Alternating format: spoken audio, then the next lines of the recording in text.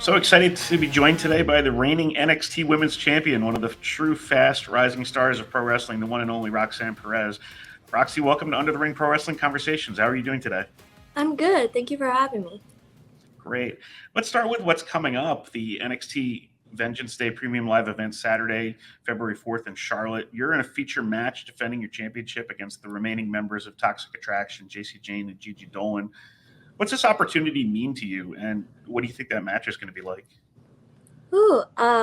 This opportunity means everything to me. It's really cool because it's our first outside show, like outside of Orlando, um, on the road. I'm so excited because I did travel beforehand, but I've never traveled outside of Orlando with WWE NXT. So I'm super excited. I'm so excited that it's the first one, and I get to defend my championship, my first title defense. So yeah, I'm so excited. I was going to mention that other than the Florida loop and the shows at the Performance Center, this is really the first time that NXT has been back in a crowd setting. So Yeah. what's that going to be like? Obviously you have some experience in your career before this with crowds, but what's it going to be like just kind of being out of the PC, the sort of the same sort of people you see pretty regularly? Yeah, I'm excited because yeah, you're right.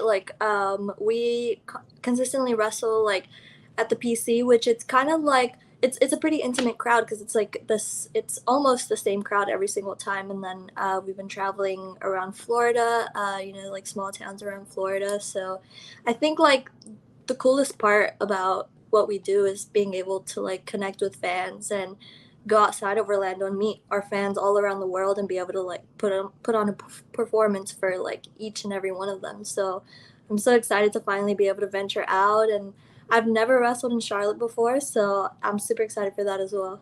Those crowds at the PC seem like they know what's up, though. They seem like they know what's going on. They're really They up do. on They're the awesome. I stories, love them. and they come up with their own creative chants. It's cool when you get a nice intimate environment like that of somebody of an engaged audience. Yeah, especially when we're first starting out, like NXT is where the superstars are made. So it's cool to have like that intimate crowd and like have them just be a part of our journey and watch us like evolve. What are your thoughts on JC Jane and Gigi Dolan as individuals? I think, of course, along with you, they both have great upside for wrestling. For me specifically, JC Jane kind of connects with me, so she really cracks me up, and I'm always finding myself interested in what she's doing. Gigi's great too, but JC kind of consistently gets my attention. How do you kind of assess them as individuals? Yeah, so I think working with them is awesome.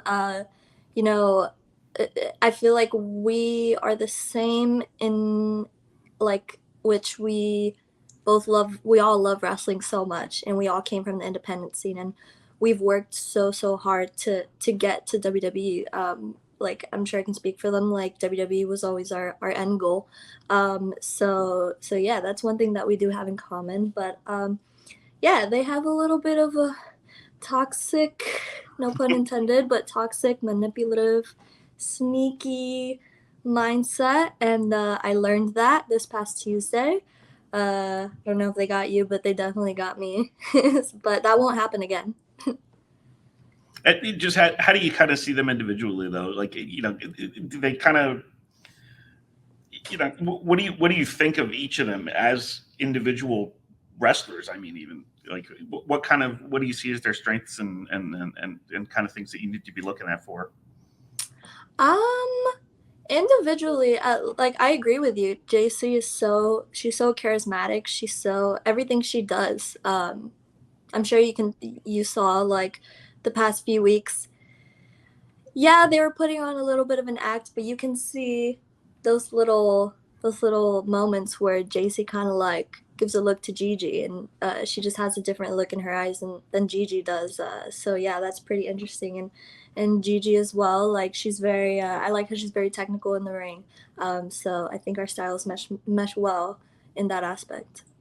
I didn't get to look this up, but had you wrestled either of them before I WWE? have wrestled Gigi on the independent scene once. That was I think it must have been like 2018 or yeah, around that time. 2018, yeah. So I wrestled her once, and then I have never been able to step in the ring with JC up until my NXT debut. So she was actually my debut match on NXT, Right. on the main show, because I did debut on Level Up, where I wrestled Sloane Jacobs, Notorious Mimi, and then yeah, my debut match on NXT TV was JC Jane. And so much has changed since 2018 too. So So it's much, yeah. gonna be a whole new ball game. So you're on top of what to me has turned into a very good and competitive women's division in NXT. Of course, for months you had Mandy Rose really coming into her own as champion, working with pretty much everyone. The quality depth in the NXT, women's division is really strong right now. And a lot of the women have made a lot of strides in a really short period of time. You've got Fallon Henley and Kiana James going for the tag titles on this card against Chance and Carter. You've got Cora Jade, you got Lyra Valkyria emerging, Thea Hale, Electra Lopez, Valentina Feroz, Tiffany Stratton. The list goes on and on. It just seems like a really competitive group. Are there things that you guys can kind of learn from each other as you're going through this process? Because it's both a developmental program and it's its on brand at the same time too. Yeah. It's on cable television weekly. So Yeah. what do you kind of learn in the mix with all of these great performers? We definitely learn so much off of each other, I feel like, especially because we're there in the PC every single day. Every single day we're working with each other, we're seeing each other, we're helping each other grow. I feel like everything that we do, it takes two, not just one. And yeah, you're right. Like, I feel like the NXT brand is so different than it was before, because now I do think it's a little bit more fast paced. So they bring in people they want to see, like within, let's say, 6 months, they're gonna do a checkup on you again and see, okay, let's see how fast this person has advanced. So it is different in that aspect, because before they did give the wrestlers a little bit more time. There was wrestlers that were down there for like 6+ years before they got into the main roster, but now they kind of want to like start picking up the pace a little faster. So I do think that that's a good thing in a way, because you know, everybody wants to be better quickly. Everybody wants to advance. Everybody wants to be at the top. So yeah, I definitely think that that helps us, even like it helps us work together even more, because like I said, it takes two. Yeah, and if you look at, it's different probably building a sports team than it is building a wrestling promotion. But you really want that quality depth, and the thing that stands out to me the most with the women's division in NXT too is everybody's different. Like it's so many different looks and so many different styles that it creates naturally just some good matches. So Hmm. I personally really been enjoying what you and everybody else are doing there. Thank you. I've really been getting a kick out of watching NXT because it's I think it's also really going to push people on the main roster as well, because you look and you see, okay, well there's Yeah, there's everybody so who's much talent. so you're already very young, but you started training, I think, when you were 13 and started at Reality of Wrestling with Booker T at 16. Yes. So what was that like, and what's it like to meet Booker T for the first time and then to become his protege? Yeah, so I'd always wanted to start my training at Reality of Wrestling. I found his school. I was so serious about it since like probably the age of 10. I knew I wanted to be a wrestler, and I found Booker T school, and knew, okay, when I turn 18, I'm gonna start training. I'm gonna move over there to Houston, start training, and yeah, and start my journey. But then I ended up getting trained earlier than expected. So yeah, it was about 13. I was trained at the Laredo Wrestling Alliance in my hometown under George Benavides and Johnny Angels. So I'm so always so grateful for them, because they kind of took me under their wing. They saw a 13-year-old little scrawny 4 foot nothing girl and said, "Yeah, like we'll take you in. Like we see something in you," and so I'm always so appreciative of them for that. Um, so yeah, I made my rounds around Laredo, Texas, and then when I was about 16, I started traveling to Houston on Greyhound buses Wow. to train at Booker T school. So my aunt and my uncle, they're amazing as well. They live in Houston, so I would stay with them while I was there, and I think it was like, during spring break, Christmas break, instead of like hanging out with my friends, I was traveling to Houston to go get some training, and I didn't mind it, because like that was my happy place. Like I was so serious about it, and the fact that I loved it so much, like it didn't seem like, oh, I gotta go on a bus to drive over there. It was like, yeah, I'm so excited. Um, and that was super cool because, like, I've been a fan of it since I was a kid, so I was a fan of Booker, and I remember, like, the first time I talked to him just, like, giving me some praise and giving me advice, and I was kinda, like, starstruck for a second. I was like, "Wait, am I really talking to Booker T right now?" Um, but yeah, he's been so instrumental in, like, my growth. My boyfriend as well, Gino Medina, he's a wrestler, and, he was actually a trainer down there at Reality of Wrestling, alongside Booker. So he was super instrumental in my growth as well. So yeah, I'm so grateful for Booker T School because I feel like I definitely started growing so much more like once I got there because it's so different. He has like a TV production basically, so it's so different from being on the indies and then going to a TV production and having to worry about cameras and all of that crazy stuff. So yeah. And then, and then it takes me kind of to where you're at now at the WWE Performance Center and how different that might be in your development. So much has been said about recruitment in WWE and wrestling. Oh my gosh, there's too many college athletes. Oh, there's too many indie wrestlers, this and that. I think you need a little from column A, a little from column B. And if you have a closed mind to either one, you're looking away from talent unnecessarily. Yeah. As somebody with your experience level going into this as an independent wrestler, what has been the WWE Performance Center experience for you personally? Like, what are you picking up, and what is it? How has it helped you? I guess. Yeah. So obviously, like I feel like at least for me, I've had such a good experience being at the Performance Center. Since I first stepped in there, my tryout, I was like, yeah, this is where I belong. Like this is it. It already feels like home.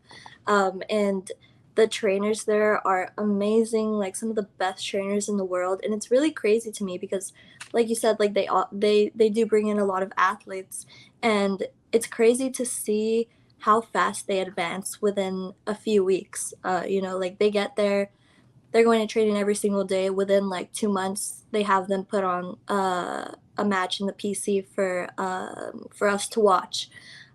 And it's crazy just to see like how quickly they advance and how quickly they pick up stuff and like I remember me having my first match and it was not great. But like I said, like the best trainers in the world, they're teaching us, and even like for me, coming from the indies and wrestling for like I think like 6 years before coming to the Performance Center, I feel like I learned so much. Like just even little habits that I didn't realize that I had going into the Performance Center and then telling me, hey, like, this is wrong and this is wrong. And me being like, oh, I didn't even realize that that was wrong, or I didn't even realize that I was doing it that way. And so, yeah, I absolutely love the Performance Center. I think it's the best school in the world. And I give credit to some of those wrestlers who are on the NXT level up sometimes, because that's sometimes people's first, second, third match ever, and it Yeah. broadcast. And Yeah, me, it's that kind of blows crazy. my mind. But to your point, just to get people to the level of where they're able to do that is remarkable. So they Yeah. deserve a ton of credit for that. So you've got Booker T around at TV now. Are there any other people in WWE who you've kind of gravitated toward as mentors as you've made your way through the system in the last 10 months or so? Yeah, so there's a couple people, but one that really sticks out to me is Bailey. So while she was down in the PC for rehab, uh, we kind of got close, and she kind of took like me, Cora, JC Jane, and Indy Hartwell under her wing, and she gave us so much advice. And to this day, like she'll text me and, oh my gosh, that was a great match. She'll give me some critiques, and yeah, she's so awesome and just like she was so always so open to me going up to her and just asking her wrestling questions or even just life questions. So yeah, she's been like a big sister to me, and it's cool because I looked up to her for so long, and I actually have a picture with her when I was like 14, and I remember showing it to her when I met her down there at the PC, and her mind was blown. She was like, "Oh my gosh!" She's like, "I was like." My goal was always to inspire the younger generation. She's like, but I don't know, I don't think I was ready to work with them yet. So, yeah, it's cool, but she's amazing. She's awesome. Yeah, she's still very much in her prime, and I really enjoyed the ways that she was able to reinvent her character too. Because, when you're on TV every week, you risk kind of just overexposing yourself to an audience and just naturally getting stale because you're on TV all the time. Yeah. But she is not afraid to just go out on a limb and be ridiculous, but also just kind of stay true to her own character too. Yeah. Yeah. And there's also parallels with your career to hers too. I'd say just from similar kind of the ways you came up in the business and sort of where you were and how you progressed. So that's fantastic. Any of the coaches that you work with regularly at the PC that you said they were the best in the world? Is that Yeah, no, yeah, and I've so we switch classes every month or so. So I've gotten to work with, Sarah Amato, and she's amazing, because she's like the only woman's coach there, and yeah, like she knows the ins and outs of the wrestling business. So it's been amazing to work with her. Um I feel like I've learned so much from her. And then I've also been in Brookside's class. I haven't been in Finlay's class, but I have worked with him a lot, and he's awesome as well. He was super instrumental in the women's evolution because I'm not sure if a lot of people know this, but he was the one that kind of started training the divas from being in bra and panties matches. He said, no, like the girls can do what the guys can do. And he started training them, and he helped them become kind of what women's wrestling is today. So yeah, I'm so grateful for Finley, and being able to like learn from him and work with him is super awesome. Yeah, and I always loved that period where he sort of took that over too. I don't know. There's an age gap between us, but like when it was like Trish Stratus and Molly Holly and Lita Jazz and some of those women, Victoria is another one. I mean, that was just, it was such a nice breath of fresh air at that time to see those women have something to compete for. And Yeah, a lot changed over time, but he was really the spark of a lot of it when it was occurring. yeah.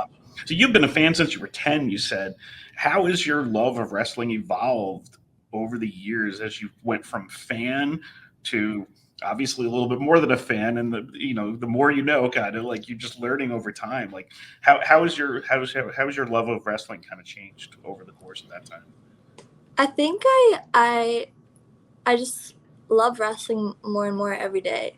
So like, since I was a kid, I was obsessed with it. And um, even like during high school years when I was going out there traveling, that was kind of what kept me out of trouble. When you're a teen, like you want to go out and have fun, and um, sometimes maybe get bad grades, but that was like my mom was always like, all right, like if you are slipping up, I'm gonna take you out of wrestling. If you're slipping up, I'm not gonna let you go to training anymore. And that was like, I feel like that was the equivalent of like a mom or dad telling their kid like, I'm gonna take away your phone, and they're freaking out. That was my thing, like, oh no, you're not taking wrestling away from me. So yeah, and I think now it's more of like, I love wrestling so much, but now it's like I am the NXT Women's Champion. And there was a point where I walked into the PC, and I was just so starstruck, and kind of like blinded by the lights, and oh my gosh, I can't believe I'm here. And now it's like, no, like I am here, and I am the NXT Women's Champion, and I've worked so hard to get to this point. So um, even though I still have that love for wrestling, and that I'm always gonna have that fan in me, I feel like it's grown into much more of like a confidence. Like, okay, like yeah, I love this, and I'm here, and I've worked hard to get here. And I think you could really see that confidence in everything that you're doing too. So Thank you. congratulations on that.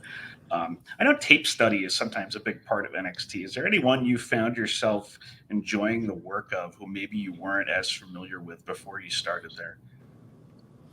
Hmm. Um. Or anybody that they've recommended to you of, hey, I see this and you might want to check this out?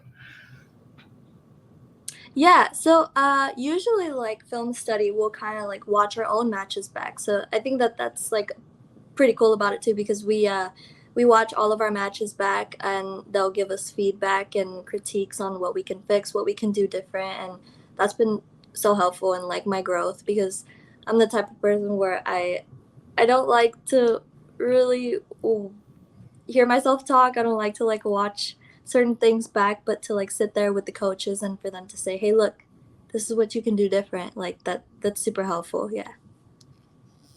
So it's more of analyzing your own work Yeah. and picking it apart than it is necessarily going back. Is there anybody, as you, because you seem, obviously if you're a longtime fan, you have your favorites that you probably had growing up. Is there anybody who you've kind of like, as you've gotten older, grown to appreciate more, maybe watching the matches of that you maybe didn't when you were a kid? Yeah, so when I was a kid, I started watching probably in like 2010. So there's a couple wrestlers that I had never watched before that my boyfriend actually he'll kind of like show me some matches randomly, and he kind of got me into like Eddie Guerrero Mm. and wrestlers like that. So it's cool to like watch those matches back and see how wrestling has evolved, but how we kind of can still like take pieces of that, because I feel like that like Eddie Guerrero's matches were so freaking amazing. And I didn't grow up watching him, so to watch those matches back, like yeah, I tend to like try to get some inspiration from him as well. Very good. And I believe I've seen Gino Medina in action before at MLW, if I've got the right person in Yes, mind. So yes. yeah, he's very good too. So shout out to him as well. Um, we're going to move on to something we call the three count now. It's going to be three quick questions and your answers. Uh, so the first one, is there any cool job within wrestling where you've looked at it and we're like, yeah, I want to be a WWE superstar, but I bet it would be really fun to do that person's job for the day. Whew. So I've actually one time I did try sitting in the producer's office with the headset on and everything, and I was like, yeah, no, I'm never doing this. It was so much. It's like I feel like I don't know how they do it. They are like masterminds, but they got like 20 voices in their ears. They got to like switch camera angles. They got to do so much stuff as they're looking at papers and trying to see where they are on the show and what's next, what's before this. Like it's crazy. So yeah, I was like maybe not that, but I've always loved writing since I was a kid. So I would love to write one day. So yeah, maybe that. Maybe writing some storylines. Very good, very interesting. And I bet you the producer people they've had maybe not training since they're 13 or 16, but I think they've probably been received a lot of training over their course of their Yeah, for careers sure. too. All right, second question: who is the funniest person in the WWE Performance Center and why? Ah, that's hard. I want to say Indy Hartwell, because she honestly can always make me laugh. Um, but she just has this very, I feel like a lot of Australians have this, but they have a very sarcastic, like, yeah, like sarcastic sense of humor where you really don't know like if they're joking or not, but most of the time I know that she's joking, and it's just so funny to me. It's very dry. It's very It's so dry and understated. sarcastic. Yeah, and I love that. I'm a really big fan of hers too. I really loved what she did back with the way with Yeah, some of the she's ridiculousness awesome. that they were doing, but just some of the little things you pick up from her or just sometimes they crack you up. I'm kind of seeing a little bit of that right now with Javier Bernal too. I don't Yeah, know I if could see anybody that. picks up Yeah. on that, but I've really been there's a few things he's done have gone over my head, and I rewind them. I'm like, oh, I didn't even catch that. Yeah. So, um, so last question: if you could pick any song in real life to accompany you to the ring or be performed for you on your walk to the ring, what would it be and why? Oh my gosh. You know what? Maybe this just popped into my. I honestly never thought about that before, but maybe "I Am the Fire" by Hellstorm, because that was my first ever theme song, my first match. I actually have it tattooed on my wrist right here, but April 8th, 2016, that was my first ever match, and I actually came out to that song by Hellstorm. So that would be a pretty full circle moment, you know. I believe they have performed at WrestleMania before, or a certain pay-per-view. But yeah, that would be cool. Yeah, that is familiar to me. Now you say that, but I don't remember which one it was either. Yeah. I'm That's so great. bad at like I can remember pay-per-views but not the town, not the year. I'm so bad about that. I get fuzzy when it like because I've been watching wrestling since 1985, Oh wow. and I was 5 when I started watching. So like, Uh-huh. 'cause a lot of the stuff from when I was a really little kid, I can remember like chapter and verse, every single step and every angle.